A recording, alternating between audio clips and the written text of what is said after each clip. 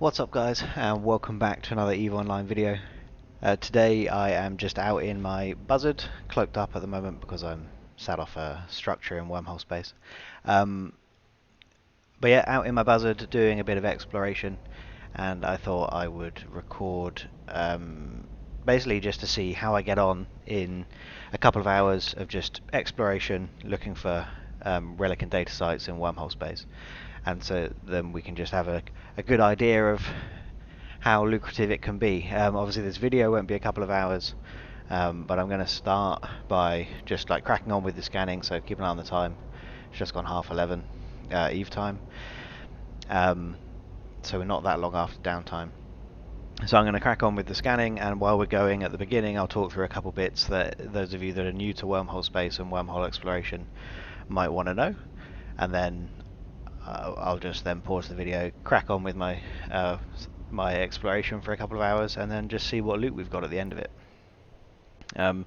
So if you're unaware of how probe scanning works, I do have another video on that. I've got the start of a series called the Wormhole Workshop, and there's a video on there on probe scanning, so I can link that here in the top right for any that are interested, but I'm not going to go into detail now. Courtmate's just come online. But basically, so for wormhole exploration, you want to try your best to stay in wormhole classes 1 to 3. They're the only ones we're interested in. So we're looking at specifically relic and data, like you can see from my fits down here, and I'm in a Buzzard that I've got nothing combat worthy at all. No tank either, so the second I got hold of, I'm dead. This ship is just set up for scanning and hacking. So the reason we want C1s to 3 is that's the only classes where the faction wormholes spawn. Oh, is that a low sec or a high sec hole? Low sec, but it's EOL. Again, if you want to know how I know that was low sec and is EOL, I've got another video in my Wormhole Workshop series that I'll link up here in the top right, and you can go and learn about how I do wormhole identification without jumping through. And it's actually really useful because if you follow that, you can tell whether or not you're about to jump into a C1, 2 or 3 wormhole, or if you're going somewhere else where you don't necessarily want to be. I just got to respond to my courtmate. So this is an example of what you don't want. So we're currently in a C3 wormhole, but this is a relic site, so you might think, oh cool, a relic site, let's go hack that. But you don't want to. This is a sleeper relic site, identified by the word forgotten on the front. So any relic site with forgotten, you just want to ignore. There are powerful rats in there that will just kill you if you fly in a Buzzard. A C3 relic site, for example, sleeper relic site, you want to be going in a battleship probably, or a Tech 3 cruiser, to be safe. So I'll just I bookmark them and then move on. This one I'm about to scan down is a relic site we are interested in though, because it's a different strength. So one of the ways you can tell whether it's worth scanning is with my probe strength of 130, because I have got a booster running, 130, to get a sleeper relic site I need to go down to 0.5 AU. So if I'm able to scan down a relic site without going to 0.5 AU, then I know it's a faction one that I can go to. The other telltale sign is the word ruined on the front, and there'll be a pirate faction name in there, but the important thing to look for is ruined and not forgotten. There will be no rats in here, and we can go in and hack it just like we were in high security space. But I'm going to finish scanning the whole site before we go and hack that. The whole wormhole, sorry. Before we go and hack that. And then similarly for data sites, so I guess it's worth mentioning, in wormholes the most value you're likely to find is in relic sites. This, I think, is another one. maybe not. The biggest value is in relic sites, so if you're looking for pure value, then you want to prioritize them. And then specifically, actually, Guristas and Sancha relic sites are most likely to have the best loot as well. So that's another sleeper one, so we'll just save it and ignore it. But there are also data sites, and then you've got the same sort of rules to follow for the data site. So you look for, if you come across any central relic or data sites with a pirate faction name, those ones are safe and fine. Go into them and hack them, no problem. If you come across unsecured at the beginning, those are sleeper sites, and you want to avoid them like the plague if you're in a scanning ship. They can be worth doing, like if you're a Wormhole resident and you can bring a combat ship in, then they are worth hacking, especially the higher value ones. You can get a couple of 100 million out of them, which is obviously awesome. But you know, if you're day tripping in a scanning ship, just ignore them and move on. And then just quickly looping back to the Wormhole classes, the pirate faction, so the ruined and the central relic and data sites, only spawn in C1 to 3. The forgotten and unsecured spawn in all space in wormholes, but it's only them that spawn in the C4 to 6. If you aren't using, so I use software called Pathfinder for my wormhole tracking as I'm going through. But if you're not using, let's just go back out and do a big one. If you're not using something like Pathfinder, one of the ways you can tell, as I said, go and check out my video on wormhole identification. But also, you can use the combat anomalies to identify what size, what class of wormhole you're in. So, for example, C1 and C2, I believe, have their combat anomalies start with perimeter. So if I turn this on in a second, you'll hopefully see what I mean. So you've got all these combat sites here. In C1 and C2, they have perimeter on the front, so they're like perimeter hangar or perimeter checkpoint or something. C3, outpost frontier and fortification frontier are a good way of identifying it, because these only spawn in the specific class of wormhole. And then if you see like a core stronghold or core bastion or something like that, then you're in a high class wormhole and you just need to move on. Find another wormhole and jump through it and head out. I also, it should be noted that my efficiency is actually going to be a bit lower because than it might be for you, because I live in wormhole chain and I've got court mates and things that'll be down chain. I'm going to be scanning everything, not just the relic and data sites, to make sure everything's bookmarked for my court mates if they're interested in other things. But obviously, if you are just looking for relic and data sites and you start scanning something and then realize it's a gas site, you'll just ignore it and move on. There's no point completing the scan. So, and that's why, for example, you saw me a second ago warp to the wormhole and identify it and things. It's important for you to be able to do anyway, so that you know where you're going. But I'm also bookmarking it for my court mates. So let's go check out this new one. There's another EOL and another K-Space, low sec again. Interesting. So this is WYT. Let's just hit EOL. And it's the static. You can tell from the code that it's the static. So then ignore that and move on. So I'm just going to be doing this for some time. Nothing particularly exciting for you guys to watch, so I'm not going to just stick with it for a while on recording. But if I have any other thoughts and anecdotes as I'm going along, I will obviously share them with you. Actually, I'll tell you what, I'll finish scanning this site and we'll go into the relic site and have a quick hack. Because, yeah, that's actually something else that's important to be aware of. This obviously is wormhole space. It's not safe.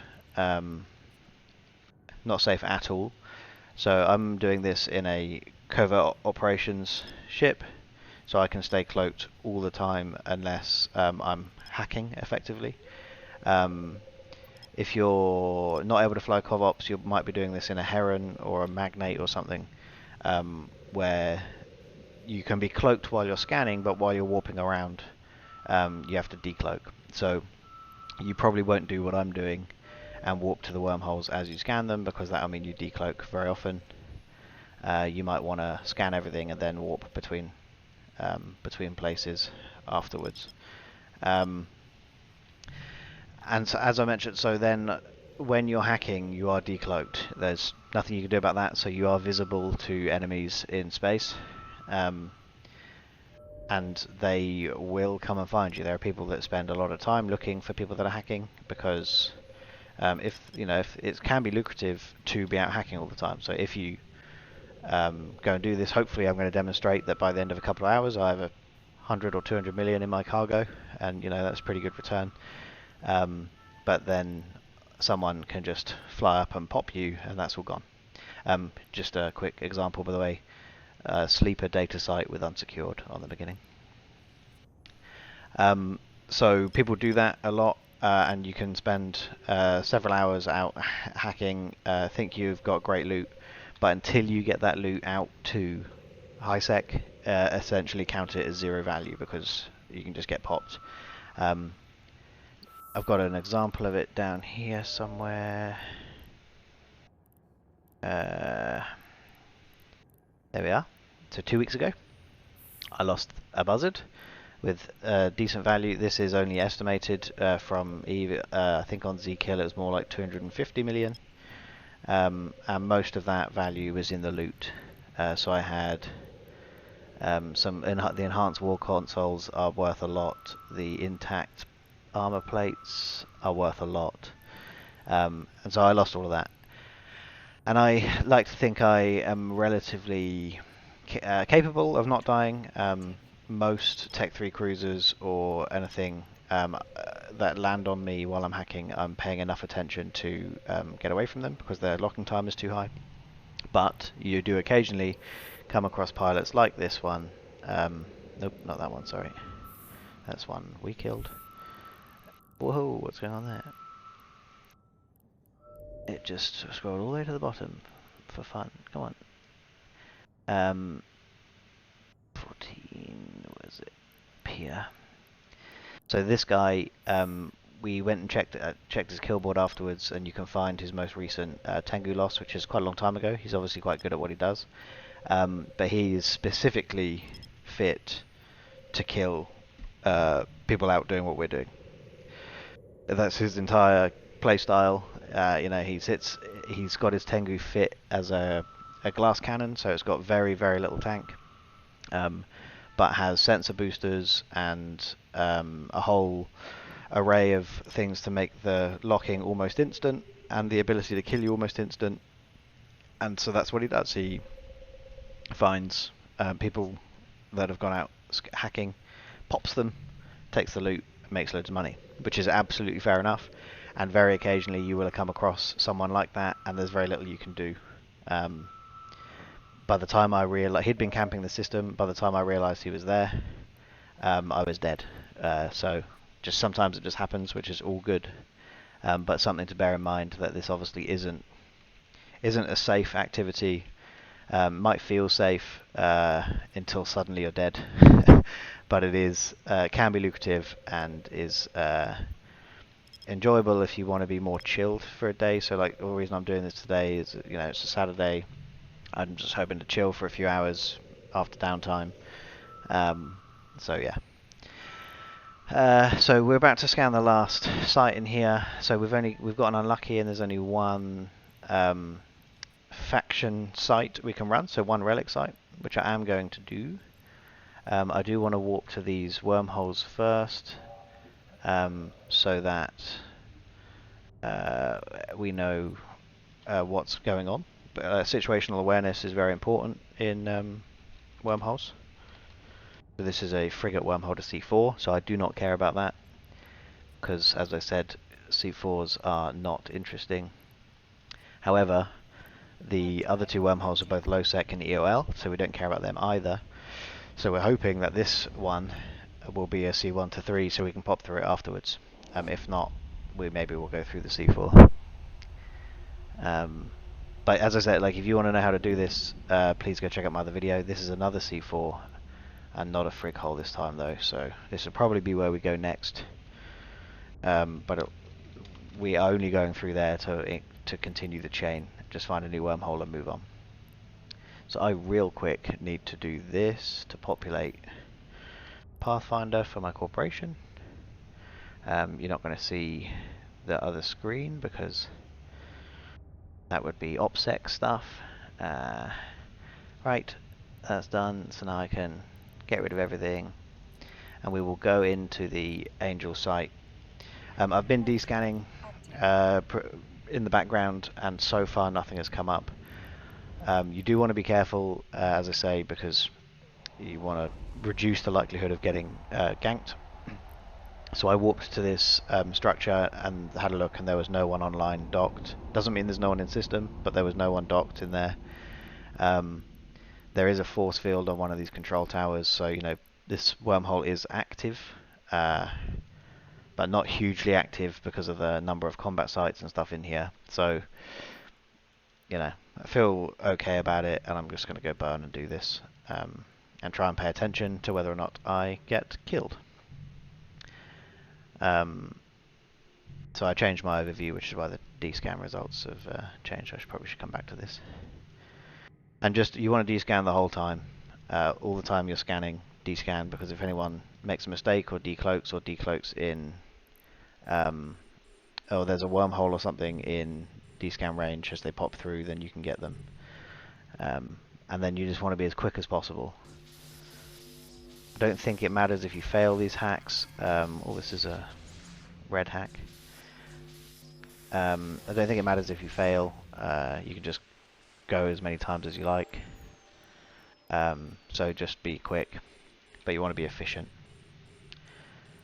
The booster I've got also gives me additional virus coherence. It's one of the daily gifts. So if you are going to do this, make use of the daily gifts. They are good for this kind of thing. For example, I think this is just a level 3, and it has scan strength improvement and virus coherence improvement, alongside all the other stuff like turret damage and drone tracking and that kind of thing. So what you get out of relic sites is basically just salvage, but it can be Tech 1 and Tech 2 salvage, and some of the Tech 2 salvage is very high value. So as I mentioned, like the enhanced ward consoles, which you can get out of the Garista sites, they carry a lot of value, or the intact armor plates, which come out of the Sancha sites, are also very high value. So you can easily get, you know, 40-50 million out of one can, or you can get nothing out of one can. And in this case, Angel isn't great. I'm not sure what the best thing you can get out of Angel is, but it could quite possibly be these single crystallite alloy type things. But yeah. So then you know, when you've done a whole bunch of these and you've got a whole load of ISK in your damn, yeah, I think it's in there. Oh, come on.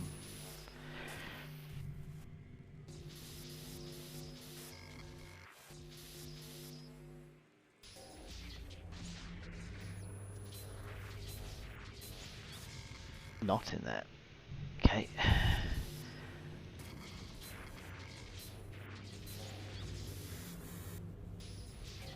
When you've got a whole load of ISK in your cargo, then take it out to market in high sec and sell it, and that's your successful trip, which we'll mention again at the end.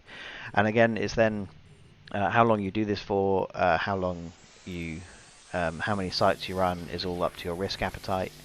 I've had a couple of times where I've just spent a few days.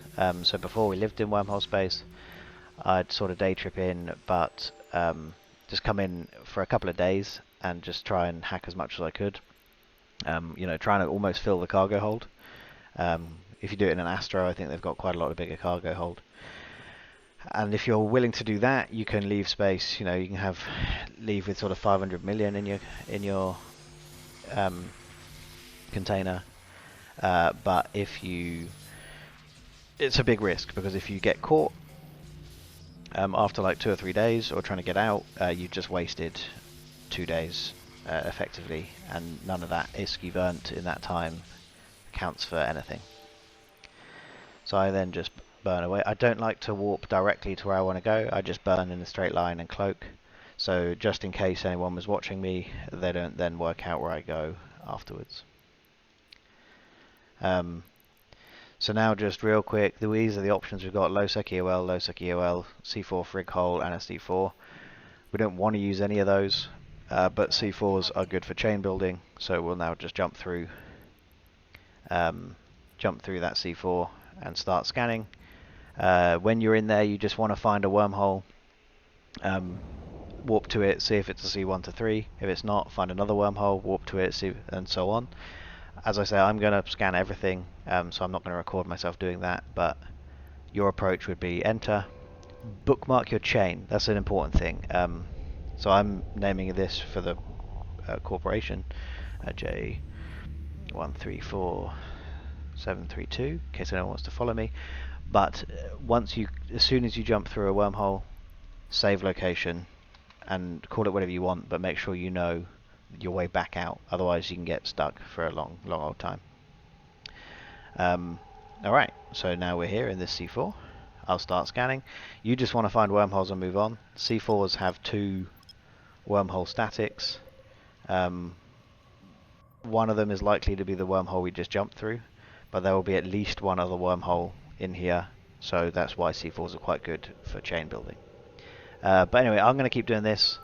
You saw we got like 14 million out of that one can, which is fine. Not one can, one site, but you can expect to get more from other ones. And yeah, so I'm going to keep doing this. We will reconvene in a couple of hours and see how much loot we've got. See you in a bit.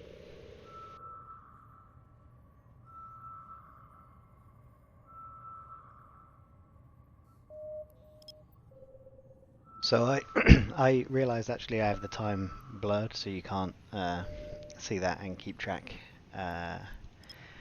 anyway. But I am back on. Unfortunately it's not just a little bit later. Something came up which meant I couldn't record.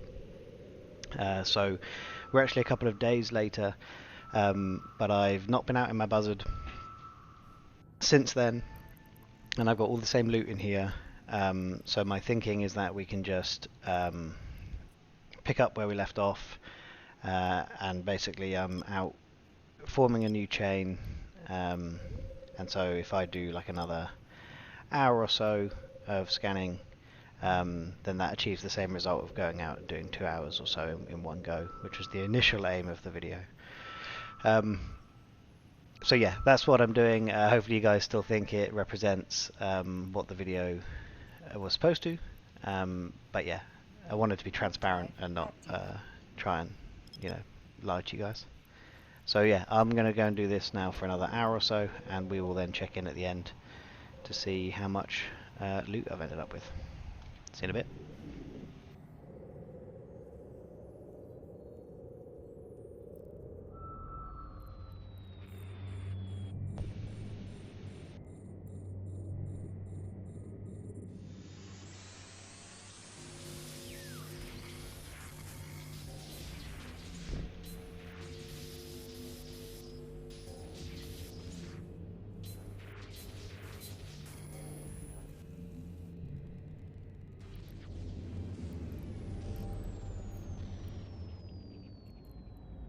Alrighty, so I will be probably wrapping up my exploration here, because as you can see, it's gone relatively well.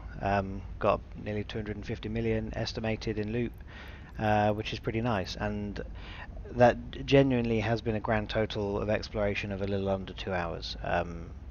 As I mentioned, I had to break it up for a couple of reasons, but total time spent in my Buzzard out exploring was less than 2 hours, and we've come away with nearly 250 million. And now, which is obviously great, right? That's awesome.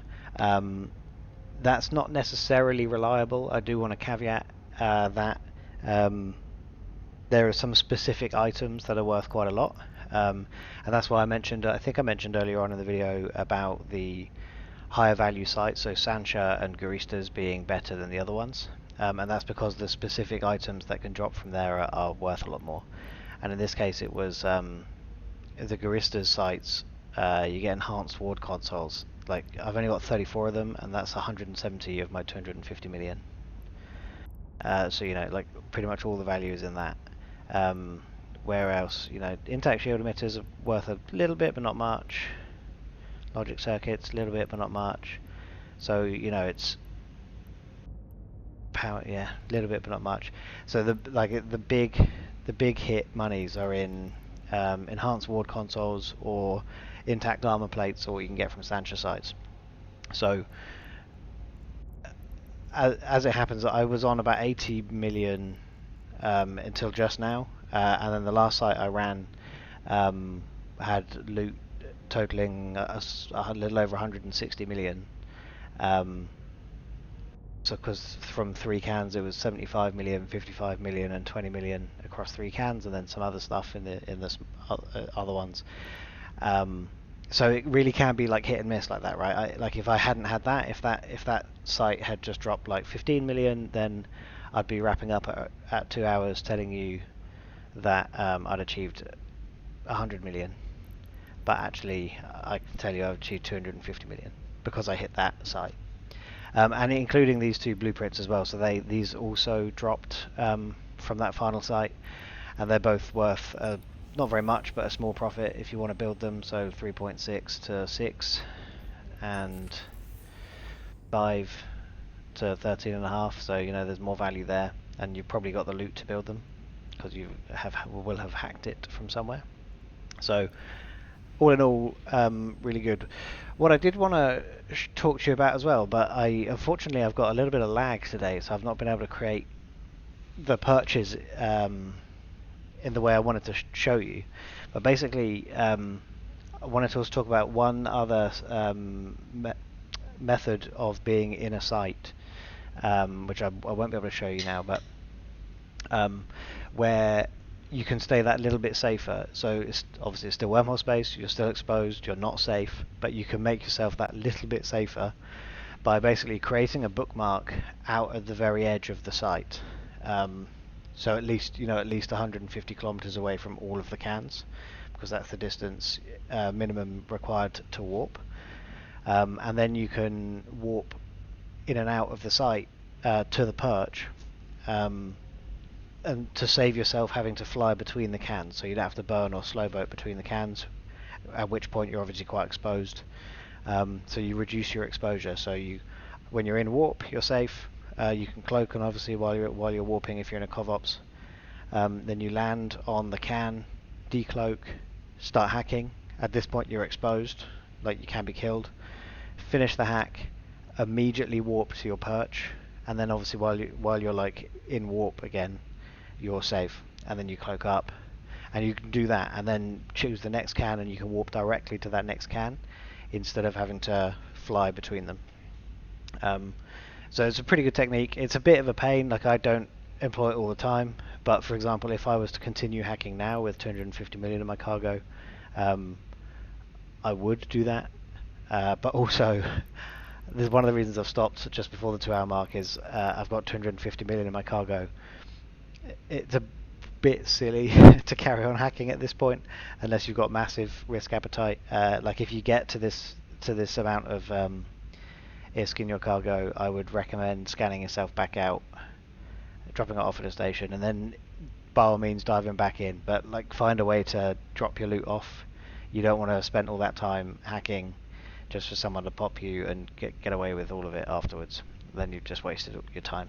So at this point, like, I'm just going to fly home and drop this off, and I might come back out hacking afterwards because I'm in a good little bit of chain here, where, you know, from this system, for example, I've got C2, C3, C1, C2, so I can go and bounce into all of those through frick holes to see if there's relic and data sites. So might do that, but yeah, basically that's what I want to show you. The reason I missed a bit there from the previous explanation. The quickest and easiest way to create a perch to do that technique where you warp in and out is basically you can press Alt E, and that brings up your people and places, which is where you create bookmarks. And if you add location, this is like the way to create a bookmark. And if you don't have server lag, which is why I can't demonstrate this today, which I'm really upset about, you just name your perch whatever you want, call it like perch, and then don't hit submit until you warp to your destination. So let's try it here. Like, I have got some server lag, but I can show you how it works. Basically, we're going to warp to this wormhole. Warp drive active. They were my probes. Concerned for a second. And when we see a wormhole, as soon as the grid loads, so you can do this for your relic and data sites, as soon as you see a wormhole, you hit submit. So as soon as you hit your cans, you hit submit, and it should place a bookmark. It should place a bookmark at the very edge of your grid. I shouldn't have warped to 0, but the principle's the same. We'll just test it. I've got server lag. Yeah, this time it worked. Good. This time it worked. So now my perch, I can just walk back to, and you'll see we'll be a couple of 100 kilometers away from the site. Click up, 170 kilometers away. And so if you now imagine this as your relic and data site, you've got your cans spread out around here. As long as they're all over 150 kilometers away, you can just right click, warp to within 0 on all of them, and just bounce in and out like that.